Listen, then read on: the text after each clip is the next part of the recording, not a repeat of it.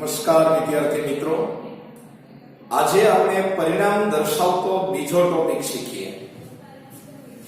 To do અને enough એવા બે શબ્દોનો પરિચય મેળવીએ.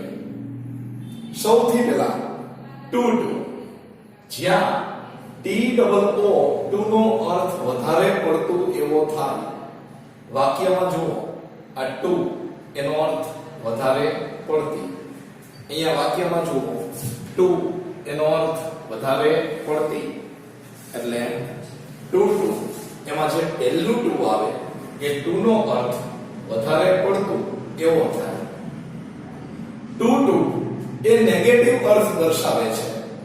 જે વાક્યમાં ટુ ટુ આવે એ વાક્ય હકાર હોવા છતાં પણ એનો અર્થ નેગેટિવ નીકળે છે. દાખલા તરીકે આ વાક્ય હકાર છે, આ વાક્યમાં ક્યાંય નોટ નથી, છતાં પણ એના અર્થ જુઓ, એમાં નથી શબ્દ આવ્યો, નકાર અર્થ આવ્યો. ચા પીવા માટે વધારે પડતી ગરમ છે. ચા પીવા માટે વધારે પડતી ગરમ છે એટલાનો મીનિંગ શું થયો કે ચા એટલી ગરમ છે કે તેને પી શકાય તેમ નથી. જુઓ, આનું ભાષાંતર કર્યું તો હું છેલ્લે નથી શબ્દ બોલ્યો. એટલે કહેવાનો અર્થ એમ કે જે વાક્યમાં ટુ ટુ આવે એ વાક્ય હકાર હોવા છતાંય નેગેટિવ અર્થ દર્શાવે. હજી એક વાક્ય લઈએ. This carpet is too heavy for washermen to wash. આ કાર્પેટ એ ધોબી માટે ધોવા વધારે પડતી ભારે છે. આ કાર્પેટ ધોબી માટે ધોવા વધારે પડતી ભારે છે. ઇંગ્લિશ વાક્યમાં ક્યાંય નોટ નથી, પણ એના મીનિંગમાં નથી શબ્દ આવે છે. કાર્પેટ ધોબી માટે ધોવા વધારે પડતી ભારે છે એટલે વાક્ય શું કહેવા માંગે છે કે કાર્પેટ એટલી ભારે છે કે ધોબી તેને ધોઈ શકે તેમ નથી. એટલે છેલ્લે હું નથી શબ્દ બોલ્યો, નેગેટિવ અર્થ થયો. હું એ જ કહું છું કે ટુ ટુ એ નેગેટિવ અર્થ દર્શાવે. આગળ વાક્ય રચના. કર્તા પ્લસ ક્રિયાપદ. આ બે સ્ટેપ તો દર વખતે તમને ખબર જ હોય. હવે ટુ વિશેષણ ટુ ક્રિયાપદનું મૂળરૂપ. મુખ્ય તમારે આ ચાર સ્ટેપ યાદ રાખવાના. ટુ વિશેષણ ટુ ક્રિયાપદનું મૂળરૂપ. એમાં બીજી વાક્ય રચના. કર્તા ક્રિયાપદ ટુ વિશેષણ ફોર પ્લસ કર્તા ટુ પ્લસ મૂળરૂપ. એટલે બંને વાક્ય રચનામાં ફરક કેટલો છે કે આ વાક્ય રચનાના આ બંને સ્ટેપ અને આ બંને સ્ટેપ એની વચ્ચે આ એક નવું સ્ટેપ આવ્યું, ફોર પ્લસ કર્તા વર્ગ. એટલે અહીંયા જે ક્રિયાપદનું મૂળ રૂપ આવે, આ ક્રિયાપદનો કર્તા વાક્યમાં હાજર હોય તો ફોર સાથે લખાય અને એ કર્તા કર્મ સ્વરૂપે લખાય. માની લો કે હી લખવાની ઈચ્છા હોય તો હી નો લખાય, હીની કર્મ વિભક્તિ અહીં હિમ લખાય. શ્રી લખવાની ઈચ્છા થાય તો શ્રી નો લખાય, શ્રીની કર્મ વિભક્તિ હર લખાય. એટલે આ બંને વાક્ય રચના વચ્ચે ફરક કેટલો છે કે ટુ વિશેષણ અને ટુ મૂળરૂપ એની વચ્ચે આ એક સ્ટેપ ઉમેરાઈ જાય. પણ ક્યારે ઉમેરાય? જ્યારે આ ક્રિયાપદનો કર્તા વાક્યમાં હાજર થાય તો.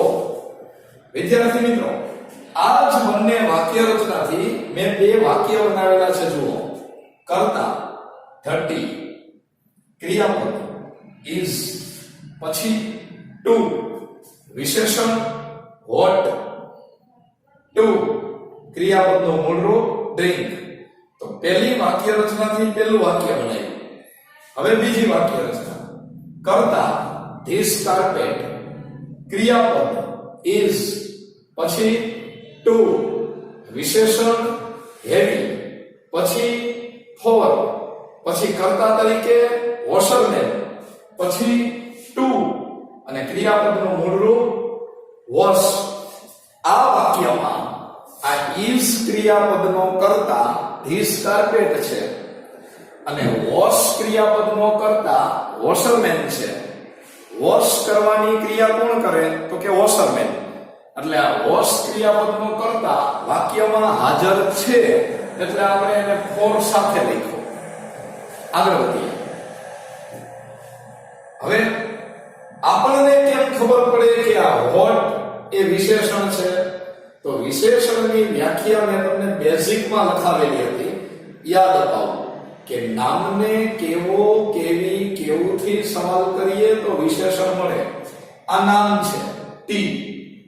ટી એટલે ચા. એને આપણે કેવો, કેવી, કેવુંથી સવાલ કરીએ. ચા કેવી? તો કે ગરમ. તો ગરમ શબ્દ વિશેષણ. કાર્પેટ કેવી? તો કે ભારે. એ ભારે શબ્દ વિશેષણ. અને આ વિશેષણને ટુ ની વચ્ચે લખવામાં આવે.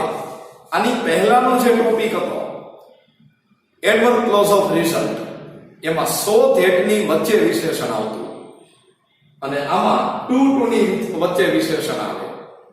આગળ વધીએ. હવે આ જ ટોપિકનો બીજો ભાગ શીખીએ, ઇનફ. મિત્રો, ઇનફ નું ગુજરાતી થાય પૂરતું. ઇનફ નો સમાનાર્થી શબ્દ થાય સફિશિયન્ટ. SUFFICIENT. નોટમાં લખી લેજો સમાનાર્થી શબ્દ. ઇનફ જેનો અર્થ થાય છે પૂરતું. ઇનફ નો સિમિલર વર્ડ્સ સફિશિયન્ટ. ટુ એ વાક્યમાં નેગેટિવ અર્થ દર્શાવે, જ્યારે ઇનફ એ વાક્યમાં પોઝિટિવ અર્થ દર્શાવે. પોઝિટિવ એટલે હકાર અર્થ દર્શાવે. જો વાક્ય હકાર હોય તો એનો અર્થ હકાર જ આવે. જો વાક્ય નકાર હોય તો એનો અર્થ નકાર આવે. એને કહેવાય પોઝિટિવ અર્થ. અને આની અંદર કેવું હોય કે વાક્ય હકાર હોય તો એનો અર્થ નેગેટિવ આવે, અને આમાં વાક્ય હકાર હોય તોય અર્થ હકાર જ આવે, અને નકાર હોય તો અર્થ નકાર આવે. ટૂંકમાં જેવું વાક્ય હોય એવો જ અર્થ દર્શાવે. આગળ વધીએ. વાક્ય રચના. વિદ્યાર્થી મિત્રો, ટુ વાળી રચના અને ઇનફ વાળી રચના, આ બંને રચનામાં બહુ ઝાઝો ફરક નથી. ફરક એટલો છે કે ટુ ની પાછળ વિશેષણ આવે અને ઇનફ ની આગળ વિશેષણ આવે. બાકીના બધા સ્ટેપ એક સરખા છે. જોઈ લો. કર્તા, ક્રિયાપદ, આ બંને સ્ટેપ. પછી છેલ્લે ટુ પ્લસ મૂળરૂપ. આટલો જ ફરક. ટુ ની પાછળ વિશેષણ આવે અને ઇનફ ની આગળ વિશેષણ આવે. બાકી આ વાક્ય રચના સેમ છે. આ જ વાક્ય રચનાથી બે વાક્ય બનાવેલા છે. જુઓ. કર્તા, મનન, ક્રિયાપદ ઇઝ, વિશેષણ સ્ટ્રોંગ, વિશેષણ પછી ઇનફ, ઇનફ પછી ટુ પછી ક્રિયાપદનું મૂળ રૂપ ફેસ, અને આ ક્રિયાપદને શું અથવા કોનેથી સવાલ કરીએ એટલે કર્મ મળે, સિચ્યુએશન. એ તો આપણને ખબર જ છે કે ક્રિયાપદ આવે એટલે પાછળ કર્મ અને અન્ય શબ્દો પણ આવી શકે. આગળ. કર્તા જયેશ, ક્રિયાપદ ઇઝ પણ નકારમાં છે, ઇઝ નોટ. પછી વિશેષણ કેપેબલ, પછી ઇનફ, અને ટુ પ્લસ મૂળરૂપ તો કે ટુ સોલ્વ, અને સોલ્વ ક્રિયાપદનું કર્મ ધેટ પઝલ, અને ધેટ પઝલ પછી અન્ય શબ્દો નથી. તો મિત્રો, સાથે આ બે પૂરું થાય પછી છેલ્લે એવી નોંધ લખજો કે ટુ અને ઇનફ એ બંને પરિણામ દર્શાવે છે, અને પરિણામ ત્યાં કાઉન્સમાં રિઝલ્ટ લખજો. તો આ ટોપિક અહીંયા પૂરો કરીએ. આના 1 થી 2 કમ્પ્લીટ ધ સેન્ટેન્સ હોમવર્કમાં આપીશ, જે તમે મને મોકલજો. ઓકે.